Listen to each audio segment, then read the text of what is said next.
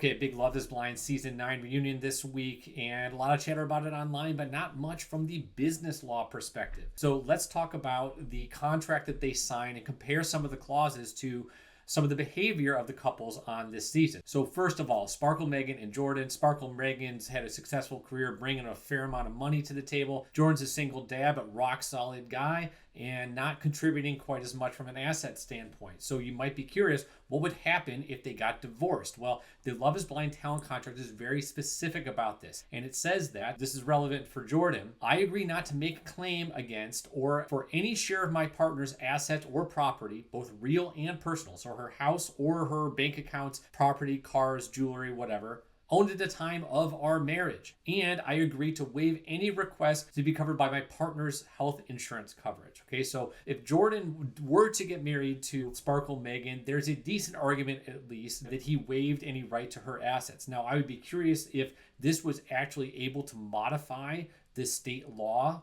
This particular contract is from a Texas lawsuit in 2011 to this season was in Denver. So maybe the laws are different there. I'm not a family law expert, but it's interesting that in advance, Netflix asked the contestants to waive their right to each other's assets. And it goes on to say, the only property division that my partner and I may contest is of the division of any wedding gifts and other gifts given jointly to us during the marriage. So it's a very narrow window. On top of that, the talent contract says that you can't even file for divorce, publicly at least, until the final episode is broadcasted. And the reason for that is because they don't want the public documents filed in court to spoil the season for everybody else. So it actually says that in section 37 of the contract. Now, it also says that Netflix will kick in $2,500 per person toward the mediation, but that'll maybe get you 1 day's worth of mediation. So hopefully you would think that the contract would hold up and it would make it very simple. But if it were an ugly dispute, there are provisions in there to address it, but Netflix doesn't really kick in all that much.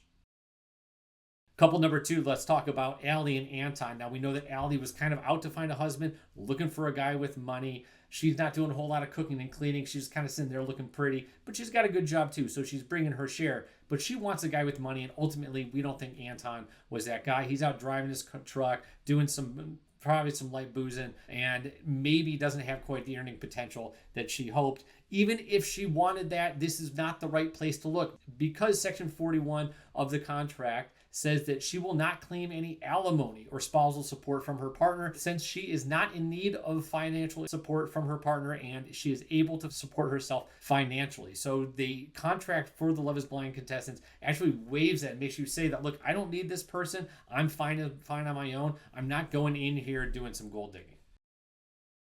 Okay, couple number 3, Edmond and Kalybriah. Edmond, great guy, but kind of bouncing off the walls a lot. He's doing his weird high knee run thing. He's kind of a spaz, hiding in closets and stuff on that one episode. What if this nutcase was like a bull in the china shop and damaging the house and everything? Well, Kalybriah might be held liable for the damages caused when they're living together. Section 23 of the contract says, if I am requested and or required to reside at a location other than my principal residence, I may be held jointly and severally responsible and personally liable for any damage caused by me, my partner, etc., etc. So there is liability there. Let's say you marry the wrong guy, or you're living with the wrong guy, according to the contract, because Netflix is paying for that lodging. If either of you damage that unit, you're both going to have to pay for it, regardless of who caused the damage.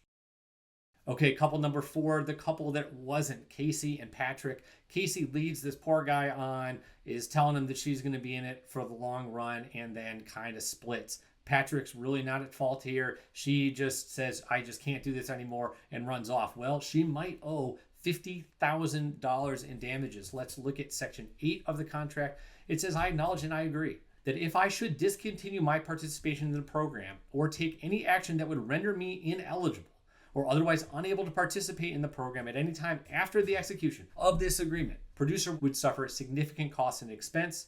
And if producer determines in its reasonable discretion that my desire to discontinue my participation in the program is for any other acceptable and legitimate reason, for example, physical safety, extreme personal emergency, other similar event like a death in the family, I agree to pay producer the sum of $50,000 as liquidated damages. So what is this? How can it be that just by quitting, I'm going to have to owe $50,000? Well, that's what this says. And here's the way to look at it. From Netflix's point of view, they have a limited number of contestants or participants that they can choose from, right? And if everybody's just leaving willy-nilly, then they're investing all this money into the show, and that's going to go for nothing.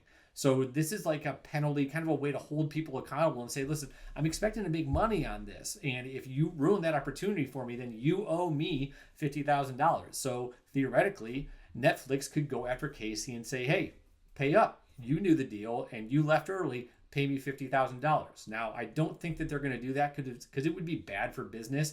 Imagine if word got out that they were pursuing Kacie for that money. Do you think a whole lot of other participants would want to be on the show? I don't think so. Nobody wants to be forced to stay on a show or, of course, in a relationship, nonetheless, that you don't want to participate in. So I think they're probably pretty lenient on enforcing this clause. And then the last couple I want to talk about, Nick and Annie. Thankfully, for Annie, there's nothing in this contract that says you can be a hairstylist, but also show up on the show with kind of lousy, messy hair all the time. There's no rule against that as far as I could find in the fine print of the contract. So enjoy, and I hope this helps educate you on some of the behavior you see from the contestants on the show this season, and maybe some of the contract clauses that might hold them accountable or affect their decisions.